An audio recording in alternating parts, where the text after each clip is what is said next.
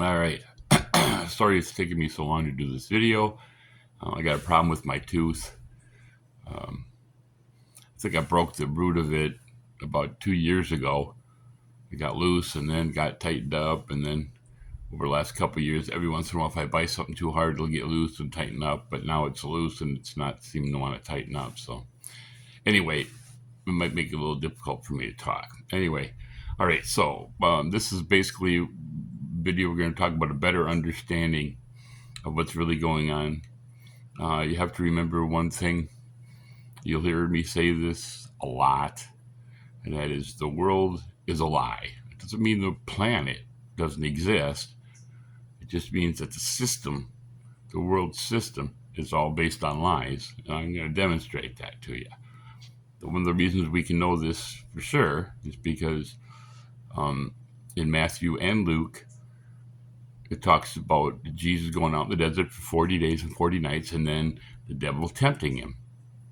And one of the temptations the devil puts forward, he shows Jesus all the empires of the world. I mean, and when you look at it, the context is throughout time. So any future empires or civilizations as well. And he said, all these are mine to do with as I please, and I give them to whoever I want.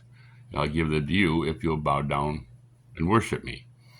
And Jesus says, no, you worship the Lord first. But the point I'm trying to make here is when the devil said that, he was telling the truth. If he wasn't telling the truth, it wouldn't have been a temptation. So the devil does run the planet. Okay. Now, also, Jesus said about the devil, he said he is a liar and the father of lies. And this stupid thing is in the way. See if I can get this out of the way here. A second. Let's see.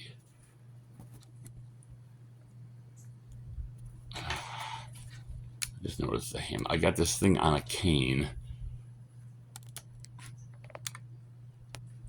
So maybe I can do it like that. Maybe that will be a little bit better. Anyway, sorry about that thing on the left bottom corner there. I don't know if I can get rid of it. This is the handle of my cane.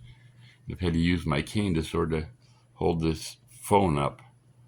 Kind of hard to explain how I got it all set up here. Maybe I can move it over a little bit. Okay, we'll leave it at that, like that. Anyway, so that, crap. All right, so you have to excuse that thing in the corner. If it gets in the way, I'll move things around. Anyway, all right.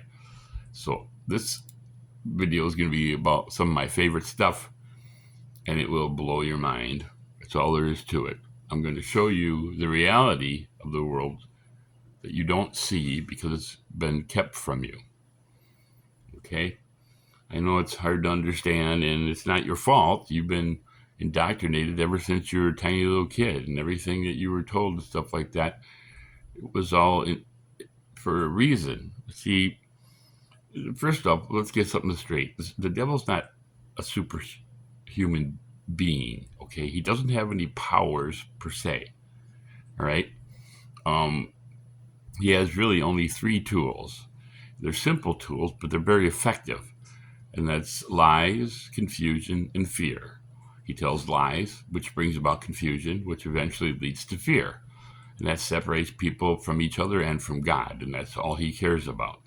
And so those are his 3 weapons. That's why the Bible says, if you resist the devil, he'll flee from you. He's got no real power, okay? The only power he has is what we give him. That creature that you see, the red horns and all that, that's propaganda. Okay, that's not really what he's like. As a matter of fact, he probably looks more like a lizard, and he's not very big, according to what the Bible says. It says when we see him, we'll laugh and say, this little dude is what kept us worried all this time. Anyway, all right, so what we're going to do now is we're going to look at some things.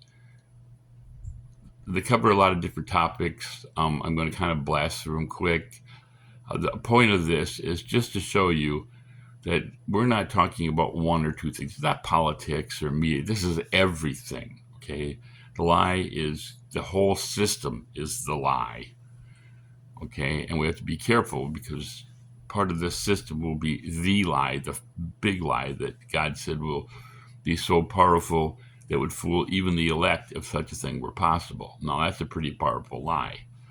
And we'll get to that too. But anyway, all right, so let's take a look at some of the things that are real. Now, everything that I show you is real. There's not no Photoshop, no hoax. This is all, everything I'm going to show you has been thoroughly vetted. So everything that you're going to see is real. Okay? You'll understand why I'm making that point as we move on, because you're not going to want to believe some of this stuff, but it is real. All right, so let's start. All right, first off, I don't know if you can see that or not. Kind of hard to, maybe I can. There we go. See, so it talks about evolution, what the different steps of evolution are. It's got cosmic evolution, chemical, stellar, organic, macro, and micro.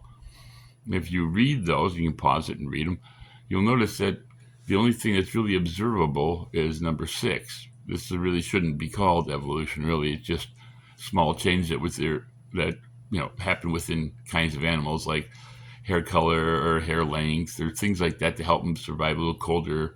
Including humans have those things. But a more proper term probably would be adaptation. But evolutionists use the term microevolution, so that's what we'll call it. Now, here's the problem with evolution. It's not really a scientific theory. It's actually a religion. Now, here, I'll show you what I mean.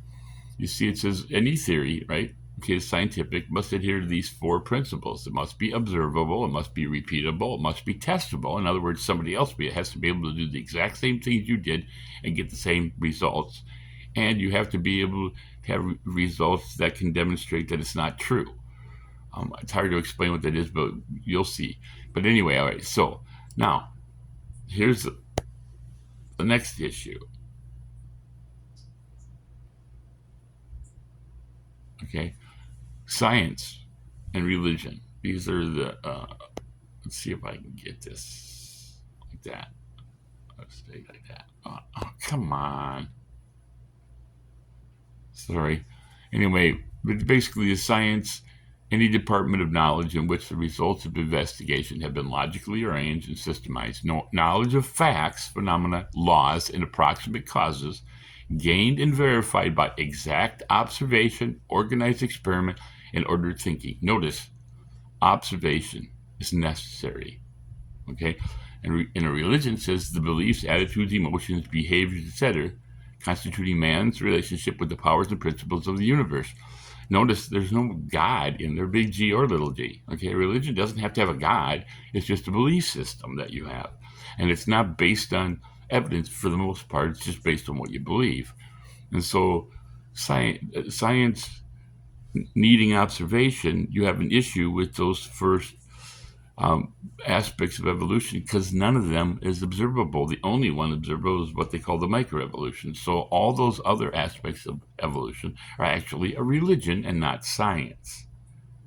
I hope that's clear. I hope you can understand what I'm saying there. Okay, there's a reason I'm saying that. So let's move on. All right, this is considered to be a model of the Big Bang. The Big Bang is a ridiculous thing. Here's why. The Big Bang is considered an event. Okay, now, an event requires 2 things. As a matter of fact, they usually call it event 1. But events require 2 things. They require time and space. They require a time that they happened and a place in which they happened at. Okay, so that is necessary for any event. Those 2 things have to be present for an event. The problem with the Big Bang is, according to the evolutionists, Big Bang created time. So if it created time, there was no time before it was created, and therefore it couldn't have happened because, again, an event requires time and space. And if all time and space was created by the Big Bang, which would be event 1, you have a problem because that moment right before it, there is no moment right before it. So there's no way this could have happened. I hope that's easy enough to understand. But we'll get further into it. All right, here's just another model trying to show the same thing. It's all made up, all pretty models, but it doesn't really mean anything. As a matter of fact, they've hesitated that this, what you see, is called cosmic microwave background. And you'll notice there's different colors here. Well, one of the things that they believed would prove a Big Bang was that there'd be this cosmic microwave background that we could see. And we looked, and sure enough, there was. And they said, hey, this proves it. But the problem with that is you'll notice there's a bunch of different colors on there. Each one of those colors represents a different temperature. Now, there are a lot huge differences, but they are differences. And the thing about it is, if a Big Bang occurred, that should be a smooth one-color map. Okay, the fact that it has spots that are warmer and spots that are colder, that's not possible according to the Big Bang. So this actually disproves the Big Bang, does not prove it. It's not evidence for it, it's evidence against it. Okay, now we're going to talk about the solar system. Here's a model of how they say the solar system was created. Basically, a ball of dust somehow, a ball of gas somehow contracts, gas and dust. And then the contraction gets to the point where it ignites this ball of gas, which then turns into a sun. And all the dust around it is spinning around it and stuff like that. And that clumps into each other and eventually forms into the planets. And that's what all this is right here. That's the gas. Then it turns into a sun here. And it's all spinning. And then slowly but surely, all the dust collects into planets. And then that's what you have. Okay, that's the standard, one of the standard models. Okay, now there's some issues with that. Number one, we'll talk about a gas for a minute. It has to start with gas contracting, but gas does not do that. As a matter of fact, there are three forms that we have of matter. Well, four, but we'll just work with three. That's solid, liquid, and gas. Now, a solid stays together because all the molecules are bound tightly together. That's why it's solid. A liquid, on the other hand, the molecules are bound very loosely, and that's why it can flow and things like that. Okay? But gas particles, they're not connected at all. Okay? And not only are they not connected, they don't like each other. So they run away from each other. They do not contract. Okay? And proof of that is you have, every time you need gas, you have to put it in a can, like an aerosol can. And as soon as you push the button down, that gas tries to get out of there. Okay? You cannot contain it other than with a physical presence. Otherwise, it just disperses. That's the nature of gas. So the very first step of this model is completely backwards of the way gas behaves. It does not contract, it expands. Okay? So that first part would never have happened. Now, they're aware of this, but it doesn't make any difference. They don't teach enough stuff in school for people to critically look at this and go, wait, this model's messed up. There's even a bigger problem, and we'll get to that in a second. Again, here's the different models. Okay, there's basically two different ones, but they basically end up being the same thing. Gas collapsing, and then dust collecting into planets. Here again, dust and collapse, gas collapsing, which then gets under its own gravity, then creates a star. And then it's spinning, and right? Okay, and that's it's spinning, and now they're lumping together, and now finally they're planets. Okay? All right, same basic thing here, same thing. I'm showing you all this for a reason. You'll notice this comes from NASA. I'm not making this up. This is what they teach. This is what they believe. But there's a huge problem with it. We're going to talk about that in a second. All right, so you'll notice all these things, there's a flat plane. It's called the ecliptic, and all the planets go around the sun on the ecliptic. And the ecliptic would be basically the equator of the sun expanded out towards the edge of the solar system. So if you were to take the equator and just stretch it out, that ring, it would still be along the equator, but now it would be all the way out to all the planets. Okay, got that? So it should all be on this flat plane if this were true. Look at it. See, even they know that. That's why they put it like that. Okay? All right, but here's the problem with that. Oh, one more time. I thought that was the last one. Okay. Oh, one more time. All right, we'll get to this. Oh, here's another one. So all this dust, they say, collected in the planets. Now, we do know that chunks can collect together, dust particles collect together in space. We know that. But we also know that once they get about a meter or about 3 feet in size, they no longer clump up, but they destroy each other. So That's one problem with this theory of them creating planets. The other one is the bigger a lump gets inside that dust cloud, the slower it will go because it's going against the dust. The problem with that is that all planets go around the sun based on the speed they're going. It's what keeps them from falling into the sun. But if you have a particle that keeps getting slowed down, it will fall into the sun.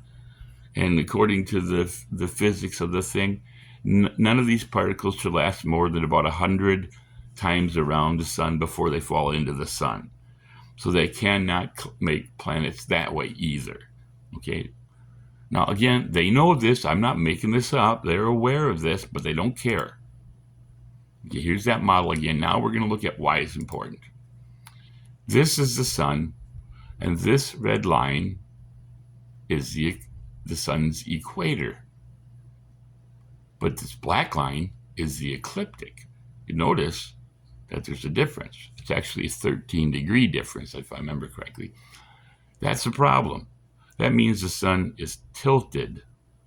Okay? So it's spinning, but none of the planets are on its equator. They're all on the ecliptic, and the ecliptic does not line up with the equator. It's 13 degrees off. It might not seem like a lot, but if you are going to a destination and you can only walk in a straight line, if your first step is slightly off, you will never make that destination, because the further you go, the further you'll be from your path that you're supposed to be. And that's what you see here. Okay? So that's what this is right here. This should be down along this red line, but it's not. Now, if you go up further, Mars would be even farther up. It'd be more up here. Jupiter would be way up here, and that's a problem. Okay? Again, this demonstrates quite clearly the solar system could have not have been made the way they say it was, because this is impossible if it was. Okay? Got that? Sun's tilted. It should not be. All the planets are on the wrong line for it to have been made the way they said it was.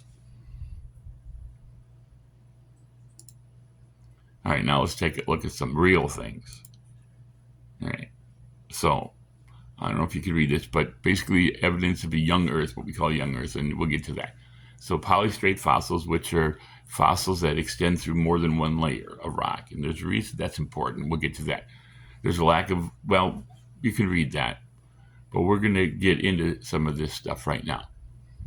Okay, so here we have layers of rocks. Notice a couple of things. There are no gaps between the layers. Each layer is connected directly to the one above it and the one below it in a flat, straight line. Now, when I say flat, straight, of course, obviously, like, look at the bottom one on the right. That almost looks like it was sagging. And then look at the left. But still, even though it's all jagged, you'll notice between the different layers, it's connected like that. There's no, okay, look at the upper right, look at the upper left. Now, that's really crazy, but look at this. All right, look at that top one. Isn't that nuts? No, wait a minute. Here's the problem. They say that each one of these layers took thousands of years to form.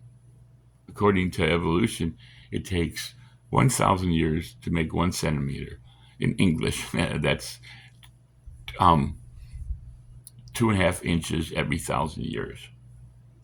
I mean, an inch every 2,500 years. I'm sorry.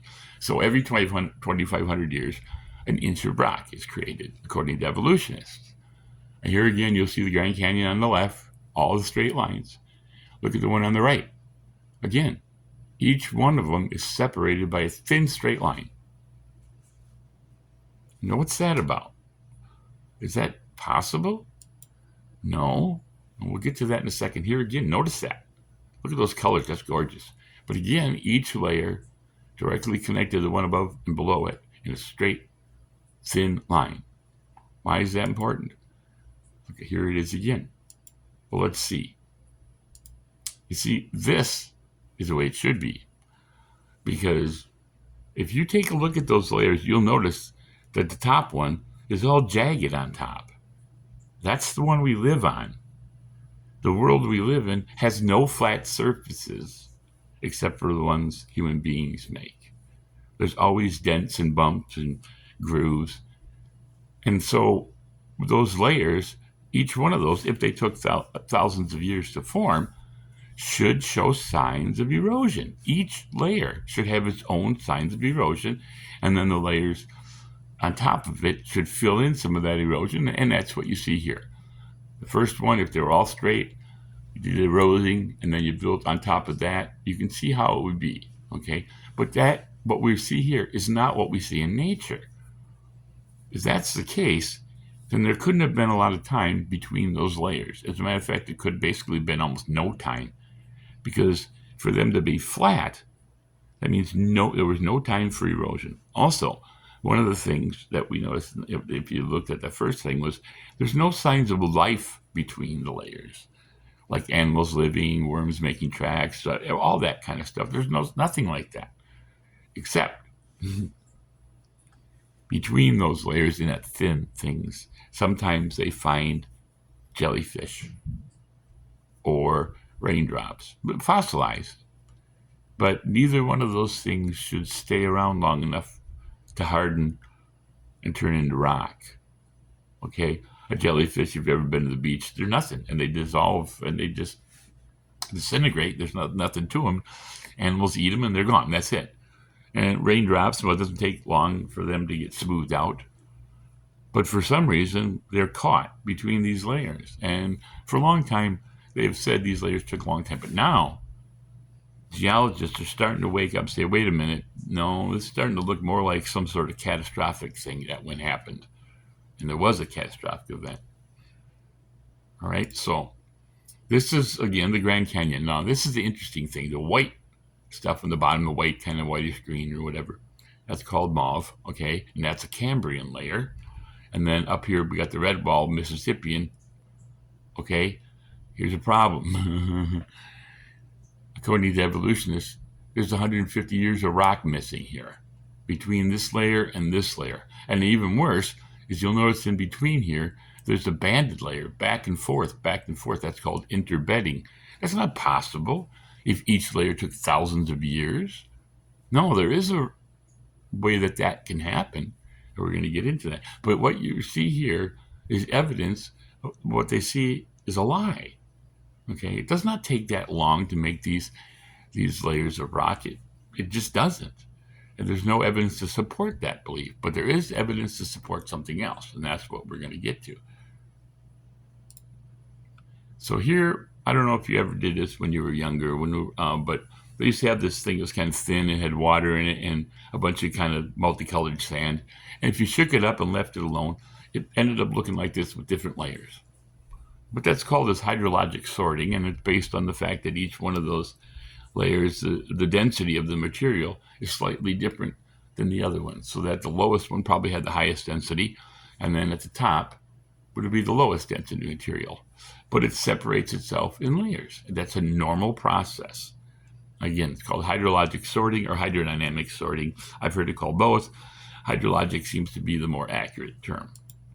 Okay, here's another little evidence of that. Now, that little tube on the left, you'll see it did it again. Now, you can do this yourself. If you take 3 different kinds of dirt, or 4 different kinds of dirt, and put, half a cup of each one of them inside of a 2-liter bottle, and then fill it 3/4 or more full of water, shake it up and set it down, you'll notice that after a while, everything is separated into layers, just like this. And again, larger particles or heavier ones in the bottom, medium in the middle, and smaller ones on top, or lighter ones, okay? And that's just how it works. It's normal. And you see Bryce Canyon, you see a perfect example of that, okay? Everything we've seen so far is an example of that. Notice there's nothing between those layers. They're straight, boom, boom, boom, connected, just like the layers we see in nature. Now, how does that happen? Well, every one of those layers is actually called sedimentary rock. Sedimentary rock is laid down by water deposition. In other words, it's bound in the water, it settles to the bottom. Then when the water drains away, the mud dries up and becomes these different layers of rock. So when you think of Noah's Ark, you probably think of something like this. Most people do. They look at this and they laugh and they go, yeah, whatever. But let's take a look at the real Noah's Ark. This is a complete 100% accurate replica of the ark that Noah built. The thing is enormous. If you look, you will see that. Look at the size of those cranes. Underneath there, I think it's 22 or 23 double garages. That's what those little holes are underneath it. Okay, this thing is massive. It wasn't a little boat. It was an enormous ship. There you can see it again. Here you can see this dump truck right here. You know how big those dump trucks are. I'm sure you've been next to them. The thing is enormous. Again, here are people in here. All right, just this little group of people right here. Look at the size of this thing. I have a friend that was there. She said the thing is just unbelievably big. You stand there and you just can't believe how big it is. And here we have, good idea. Look at all these people here. They're dedicating the opening of it. It's a museum. It's part of a much bigger museum. It's called Ark Encounter, and it's down in Kentucky or Tennessee. If you get a chance, you go check it out. If you're down in that area, you might be impressed by that thing. I don't know. All I know is the dang thing is enormous. Okay, you can see that. You can see the people compared to this thing. All those people would easily fit on the boat. It would easily fit lots and lots of animals. And it didn't need to take every single species of animal. It just had to take kinds of animals. A kind would be like a horse kind. Now, a zebra is a horse kind. A horse is a horse kind. And a donkey is a horse kind. Zebras and horses can mate. Donkeys and horses can mate. Zebras and donkeys can mate. They're called Z-donks. The point is, they're all one kind. So only one kind of horse would have had to come, and the rest of them then, once they were back off the ark, could have developed from that one kind. And so when you look at it that way, suddenly there's not nearly as many animals that need to be on the ark as some people say, well, all these different species. No, all monkeys are monkeys. They all have one thing in common. That's an ancestor. Okay, even the evolutionists will agree with that. That's why they're family of monkeys. Now, there might be a gibbous monkey and this or that monkey and that monkey, but bottom line, genetically, they are all monkeys and they all come from a single pair. Okay, whether you're evolutionist or not, you have to accept that as the truth. Okay, whether it was through a long process or just boom, the bottom line is that's what we're looking at. All monkeys had to come from one pair of monkeys. Okay, so they only needed one pair on the thing, not a bunch of them. And not only that, if you're going to take them, and your sole purpose of taking the animals is so they can reproduce, you're going to take them and get them as young as you can. As a matter of fact, if you get them so that when they get out of the boat, they're ready to start mating, that would be the best. You get the most out of the animals that way. And again, you're trying to get them to repopulate the planet. So you would take the young ones. So the thing about it is, all right, so that's cool. That's the story. But is there any evidence to support, other than, this boat? Obviously, it was really big. But is there any evidence to support it?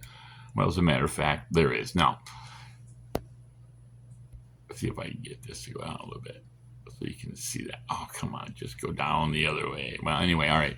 I don't know if you can see it on the bottom of that picture there. There's a shape that looks like a boat. And you'll see. So here it just talks about Ararat, near Ararat, it looks like Noah's Ark. And there's a guy named Ron Wyatt. It's important to understand that. Okay, so here's when Ron Wyatt went the first time, this is what he saw. Okay, and he was convinced that boat shape was the boat. And they went and they looked at it and stuff like that, but he ran out of money and had to leave. Well, the next time he went, something had happened. An earthquake had happened. So the next time he went, that's Ron right there. But look at the difference in the way that thing looks. Here's a better view. Notice how dirt in the middle collapsed and on the outside around it collapsed. But the shell of the boat remains. Okay? Now, people try, well, it's just a rock formation. Well, if it was a rock formation, it should have all crumbled. It didn't. Only this part in the center and around the edges, because they're not part of the boat. Okay? So now we look at it, and you notice that little white building there. That's Noah's Ark Visitor Center. Yes, it actually exists. And you'll notice that boat has a bunch of lines on it. That's because they did a bunch of testing to prove that it was actually Noah's Ark. Okay, they did. We'll get into some of that in a second here. Okay, there's Ron. He's getting, an official thumbs up from the government of Ararat, which is the area in which the thing was found. And so here's just the report on it. All right, so let's take a look at this. What you're looking at is a rivet. Okay, there are hundreds of these rivets scattered all around that boat object. There are a bunch of them still attached to that boat object. So we know this was a rivet from that boat. Okay, a rivet. If it was a rock formation, it wouldn't have rivets in it. Okay, but that rivet brings up an interesting point. So here we see the rivet again, and on the bottom you can see there's 1, 2, 3 of them. See them right there? Those are still what they call in situ, or in place. They haven't been removed. The other one was just laying on the ground. Okay? If you look over here, this corner right here, you see how the rivets worked. Okay? And here you can see the size of it. There's a film container. So they're not huge, but they're rivets. Okay, and the rivets mean a couple of things. Number one, in order to make a rivet, you got to be able to do the metal. So you have to be able to smelt the metal. You have to do all this, and they're a mix. So you have to be able to put it all together. So that takes some learning. Secondly, it takes sort of a manufacturing base. Bottom line is this kind of stuff tells you there was some form of written language at the time so that this information could be dispersed. I believe that when they got on the boat, Noah's sons brought some of that information so that when they got off the boat, they'd be able to start living right away, like, farming and things like that, maybe things they didn't know, tool building, some sort of stuff. They probably brought information with them in order to do that because they knew they were going to be rebuilding the world. Now here, there's a piece of that, the sides, they look like ribs, and we'll look at that, but there's a piece broken off, and they cut it. They notice that all around the outside there's pitch, which is not a tar. It's like a tar substance, but it's based on vegetable oils and things like that. So there's pitch all the way around the outside, and you'll see there's pitch in the middle, and that helped to waterproof it. And the Bible says cover it with pitch. Down at the bottom, 6:14, Genesis 6:14, 6:15. Okay. So pitch it within and without with pitch. And that's what we see here. So that backs up what the Bible says. Now we look in top, and so what they did is some deep scans with some radar, and notice that they've discovered some walls and separations in there. Okay, at the top one. Now look at the bottom. So looking at it from the front or the back this time, and notice that it had 3 decks. Okay. And Genesis 6:16 says, with lower, second, and third stories shalt thou make it. Now, there's one thing about this boat. At first, it didn't seem like the right size. And so Ron Wyatt said, look, it can't be off on anything. If it is, it's just something else, and we're not looking at Noah's Ark. We need to make sure that we're on target with everything. So they had an issue with it for a while, and then finally somebody realized what the problem was. You see, the story what we read was written by by Moses. But Moses, he wasn't educated by the Hebrews. He was educated in Egypt. And a cubit in Egypt is slightly different than the cubit that the Hebrews used. Now, they'd been assuming that it was a Hebrew cubit, so the size of the thing, the length of the thing, was wrong. The width is kind of hard to determine because it sort of fell sideways, opened up like a boat would. But the length of it would stay the same, and the length was wrong. And so he was concerned about that. So it can't be the wrong length. Everything has to be right, or it's just not the boat. And then finally, somebody realized, wait a minute, we've been looking at it in Hebrew. So they went back and looked at it in the Egyptian, using the Egyptian cubit, and it was the exact size. All right, so now we got something that's obviously a boat held together with rivets, and it was made out of wood. It's petrified now. So a wooden boat, petrified, with pitch on it, just like the Bible says. It has 3 decks, just like the Bible says. Okay, it's on the mountain of Ararat, just like the Bible says. Okay, it says there was a door on the side. You'll notice up there, on the bottom, there's like a little cut out. Okay, yeah, well, there was a door on the side of this thing as well. And it looks like there was a load-bearing wall. You see how there's a stripe on that top one that's a little thicker than the other ones? That would be a load-bearing wall that would be necessary if there was a door there to help support the boat, because the support that door would have given suddenly is a hole. Okay, so that's a load-bearing wall. And that, again, one more thing that makes sense. So right now, you know what they say, if it walks like a duck, it quacks like a duck, it's probably a duck. This covers all that. Now here we're looking at it again, and now you'll notice it's like teeth almost, but those are ribs, just like you would see on the side of a boat. And then they build the boat with the ribs, and then planking's on the outside, and they would have attached it with the rivets. So again, more evidence that this was a boat. Up also on this top picture here, right? You'll notice dirt coming out. That's where that door would have been, right there. And there's that load-bearing wall. See it? Now, this is a drogue stone, basically an anchor. If you notice, I don't know if you can see it, but there's little markings on there. What those are is Byzantine crosses. So sometime during the Byzantine era, I don't remember exactly when that would have been, 300s, 400s, 500s, and that. Somebody wrote that, carved those on there, 8 of these Byzantine crosses. There are a bunch of these stones in the path, and several of them are next to a town called the Town of the Eight. And those people believe that that town was the first town that was created by Noah and his family, a settlement, I guess. And so it was called the Town of the Eight because there were 8 people on the boat. Okay, so again, just more evidence of it. And these people that lived there, they would tell you, yeah, Noah's boat's right over there. We've known that all along. And if you were to go through history and look at some court documents, like from king's courts and stuff, you'll notice in Europe, and I wish I had this, I lost this list, but there's like 15 different times where the ark was mentioned, and always it said, hey, you know where it's at? Anybody can go and look at it anytime they want. It's there. It's not like nobody knows where it's at. So these people back then knew what it was, knew where it was, and they were actually, at one point, people were going there and trying to break pieces off for good luck. Okay? I mean, that's crazy, right? You've never heard any of this stuff. You've heard, oh, that's just nuts.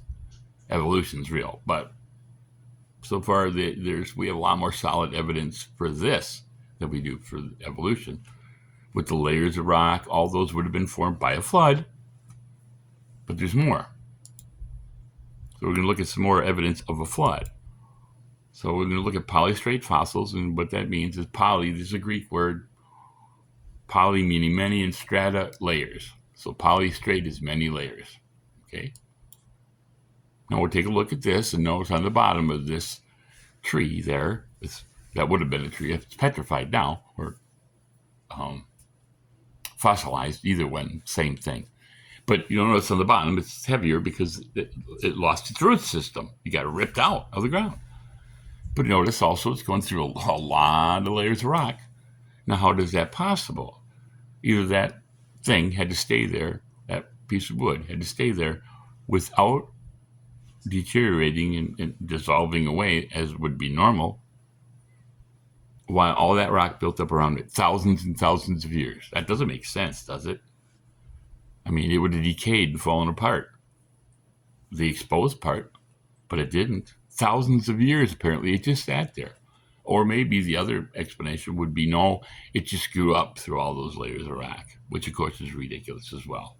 And there is no other explanation for these. We know now for a fact what caused it, and I'll show it to you. Here's another one. Each one of these layers is a meter.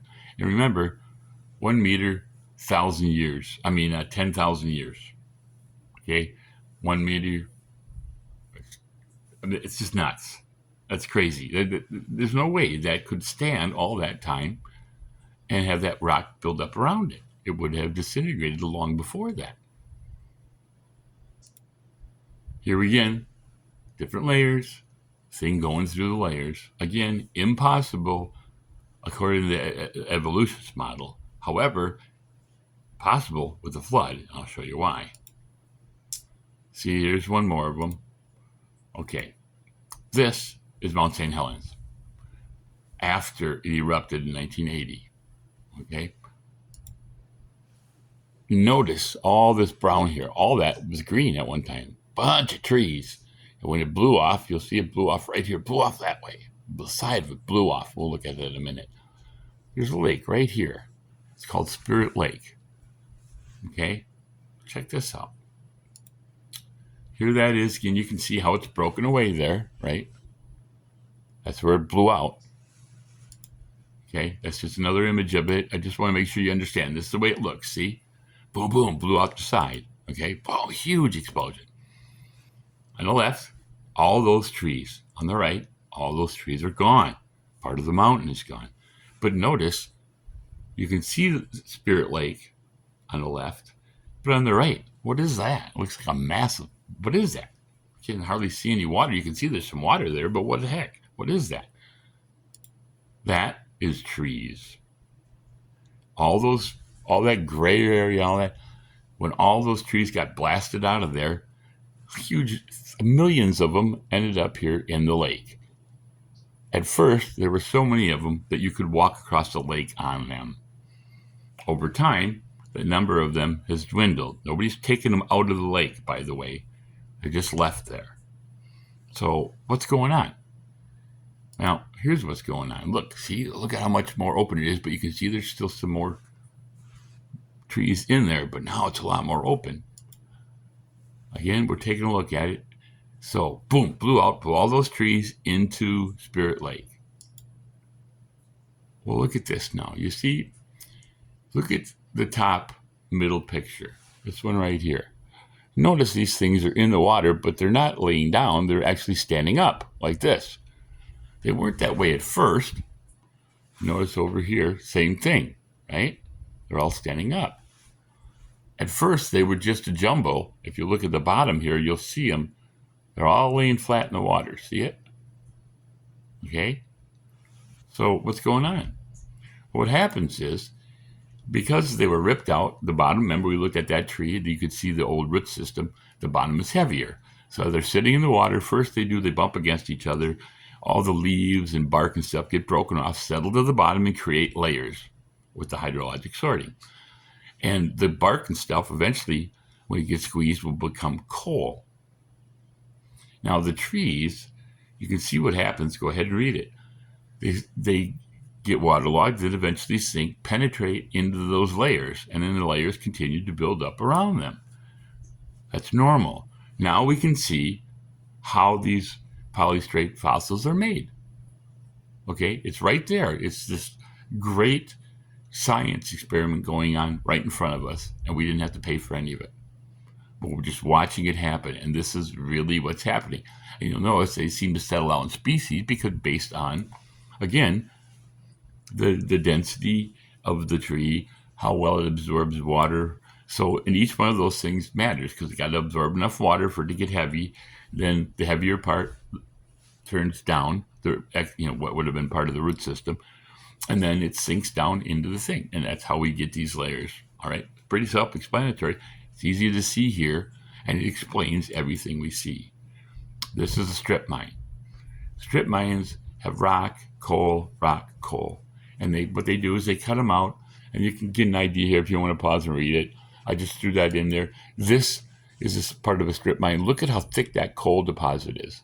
Now that would have been made by bark and trees. Coal is organic material, but not animals. Okay? Oil is organic material, but not plants. In other words, animals turn into oil, plants turn into coal. All right? Now, look at that. Look, you can see all the different rock, coal layers, right? That's what a strip mine looks like. This tree, one of the polystrate fossils, is going through rock. But in the bottom, it's also going through coal. And in the top, it's going through coal. The bottom has even been coalified. See that? No, that's ridiculous. It couldn't happen unless it happened exactly the way we're seeing it happen in Spirit Lake. All right, this goes directly against what is taught in school about thousands of millions of years. Okay, none of this took that long. It all happened very fast. And it all happened in a flood. All right, here's some more evidence of it. We all look at all these fish fossils, but they're complete. If you've ever been out on the beach, you know that a fish dies, it floats to the top, it gets chewed up, falls apart, and then that's it. I mean, they don't stay complete more than a few hours tops before other fish start eating them. But look at how perfect this is. Not only that, all its fins are extended. This fish was under stress. It was buried alive under stress. If it had been dead, it would have started to disintegrate and pieces of it would be missing. Okay? But nothing's missing. That means it was buried when it was still alive. And it was freaking out when it happened. This fish was in the middle of eating lunch when it was buried. Again, this fish eating lunch when it was buried. Another one. That's not possible unless they were buried while they were alive instantly. Here's another one. Here's my favorite. This is an ichthyosaur. An ichthyosaur is a kind of a dinosaur fish, I guess you could call it. The interesting thing about it is it was giving birth when it got trapped. So it was giving birth, and then it got buried alive in the process of giving birth, and that's how this fossil was created.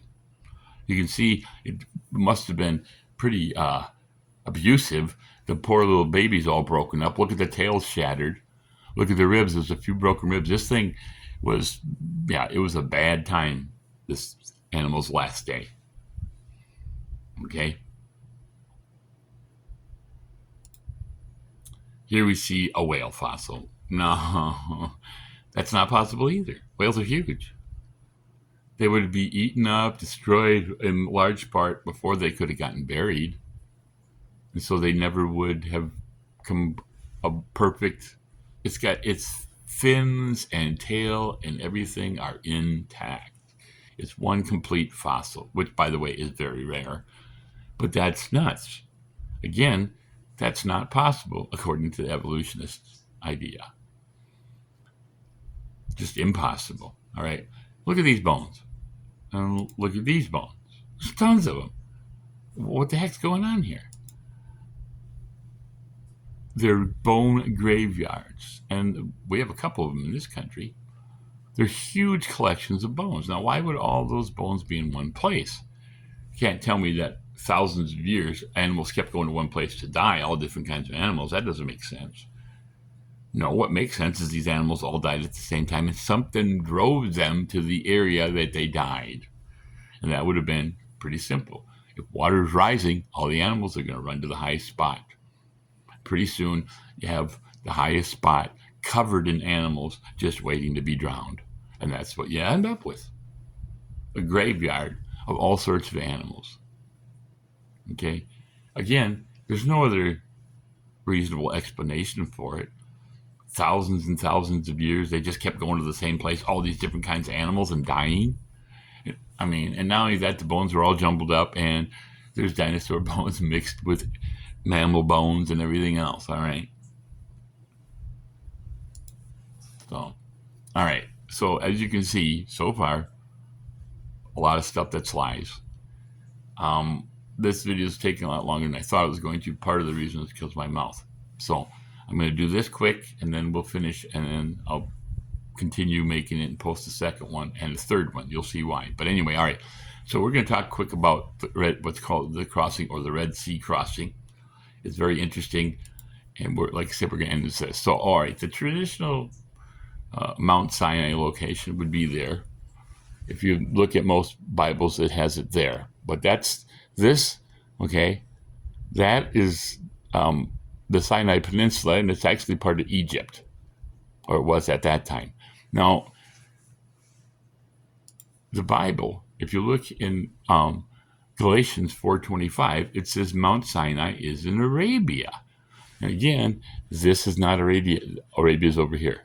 This is Egypt. So it cannot be here. So the reason that a lot of Bibles have it there was a guy named Emperor Constantine.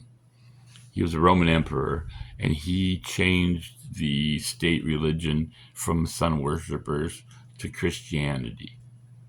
His mother then became a Christian, and she supposedly had a bunch of visions, and she said, this is where that is, this is where that is. And so that location is based on his mother's supposed vision. But as you'll see, that has nothing to do with where it really is. Okay, so that white line there is interesting. That's the path that we believe they took based on a couple of different things. Number one, there's an ancient historian named Flavius Josephus, and he wrote about this event, but he wrote different than what we see in the Bible. One of the things he talked about is that Moses led them, and they complained about it, along a dried riverbed.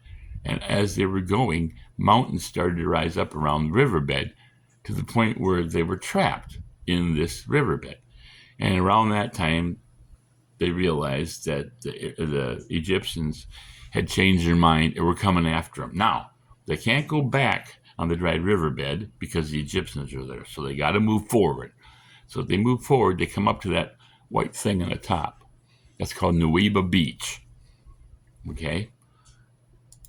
Here we see how those mountains were. See that? You can see there up on both sides, there's the dried riverbed. And then you can see beyond it, that little dark strip, that's the water. It's right here, that's the sea. And then beyond that, come on, you stupid thing. Was it going to unfocus? All right. Okay. All right.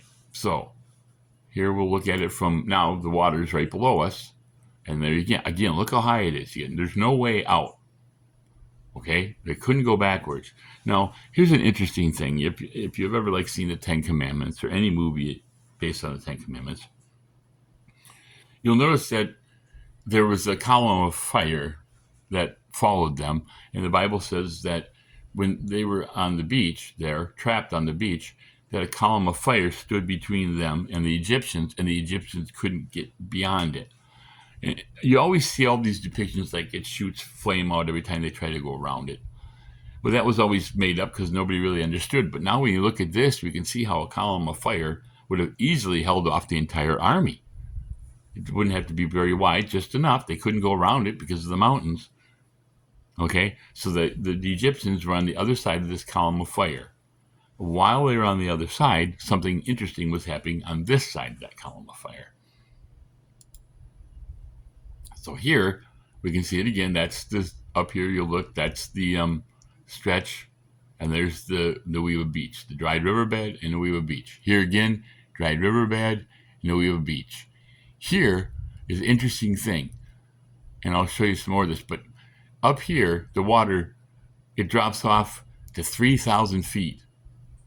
Here, it drops off to 5,000 feet, and the drop is relatively rapid. Here, it's instant. Here, it's relatively rapid.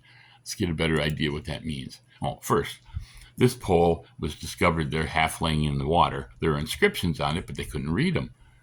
But there was enough of it on there that Ron Wyatt said, I think there might be one on the other side. So they got in a boat and went to the other side, which was Saudi Arabia.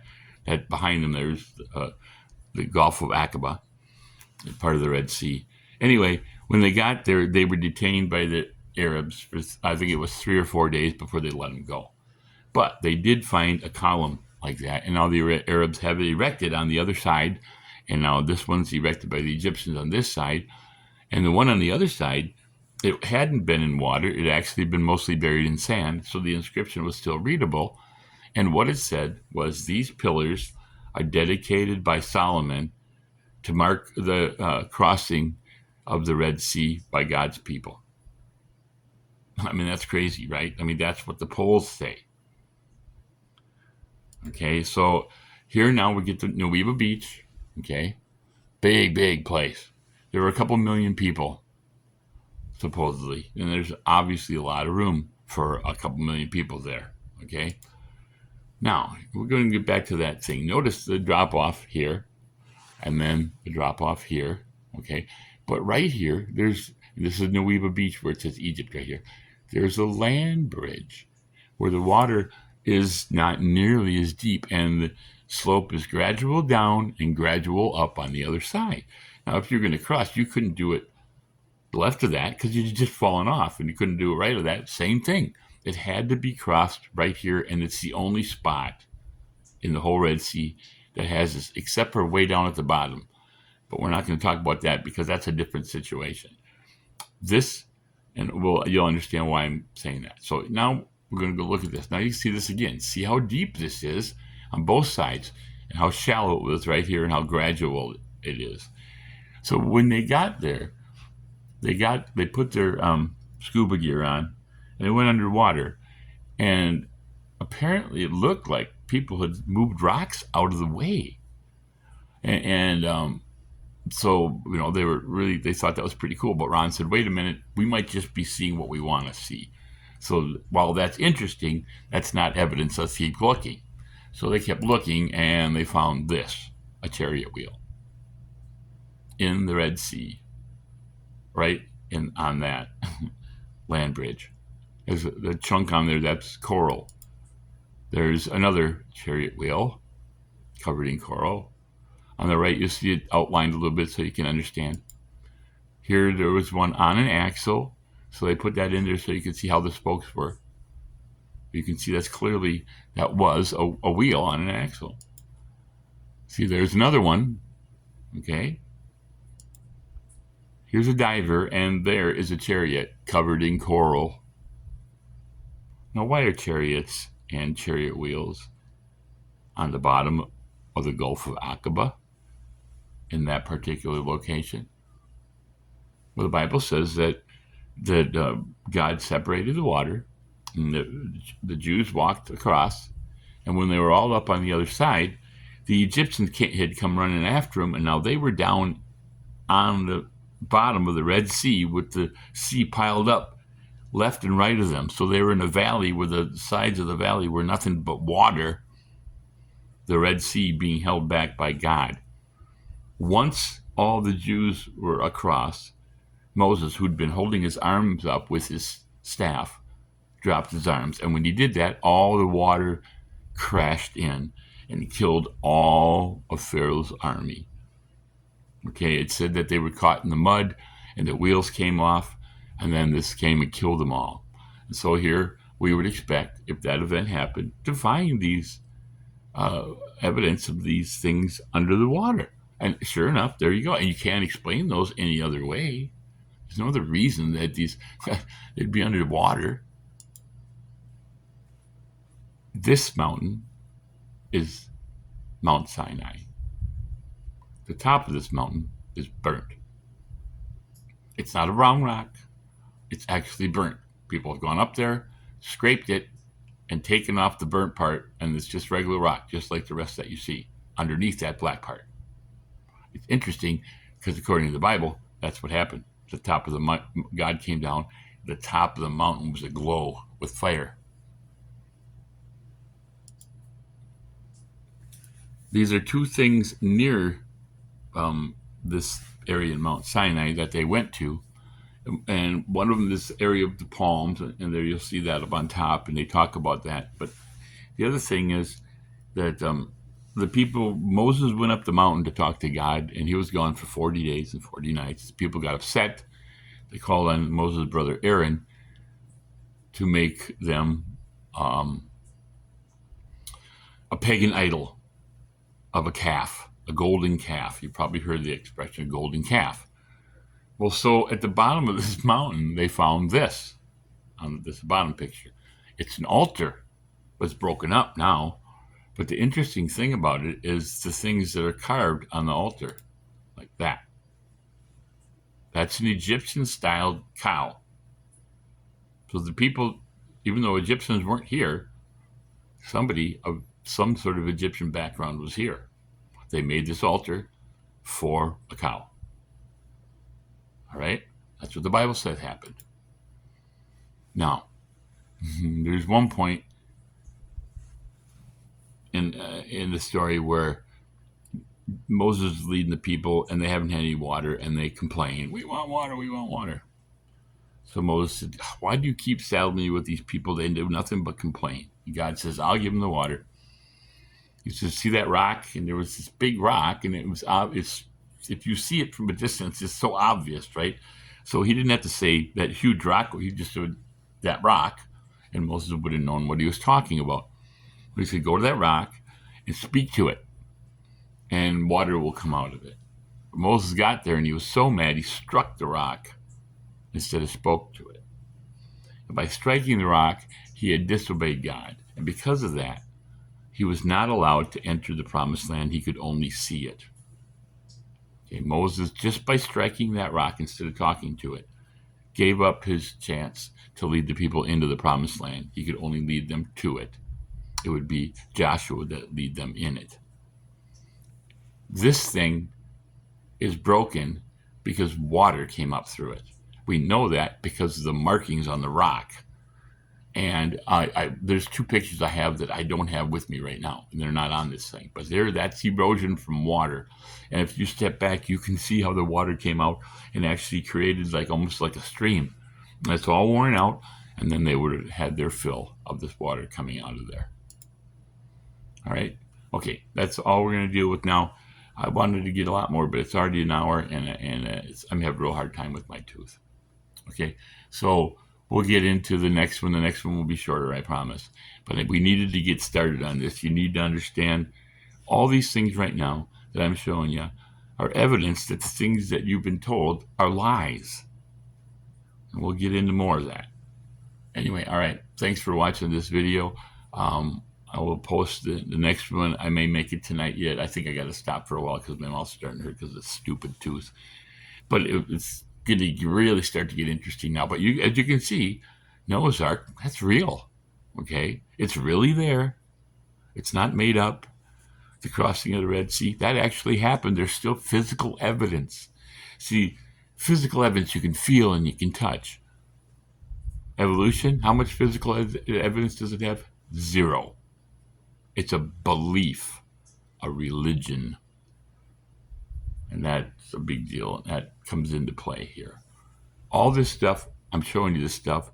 By the time we get to the third video, this 3-video thing here, I'm going to start talking about the stuff that's going on now. But I need you to see these things so you can understand that what I'm showing you is the truth, that you've been lied to all your life. The truth is actually out there if you look for it. They can't hide it completely. They can just not talk about it. Okay?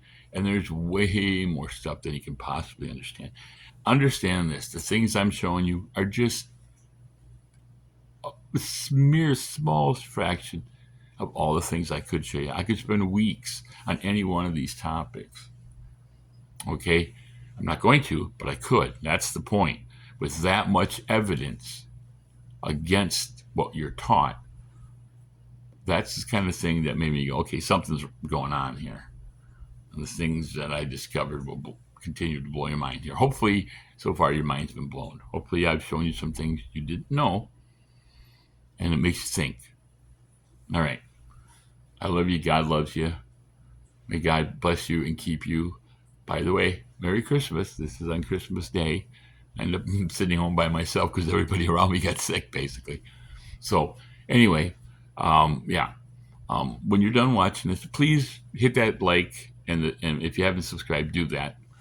It will help. And then if you hit the notification, then when I put the videos up, I don't have to send you a notification. You'll just get it automatically. Then you'll know the video's up. So please do that. Okay. And by liking them, you might actually get somebody else to get a chance to watch it. If you learn anything and you think there's somebody you know could use it, share it with them. Please. This stuff is important. We're running out of time, and I'll get into that. So I'm going to pound these videos out real quick over the next couple of videos because it's important. Time is of the essence right now. All right. Merry Christmas.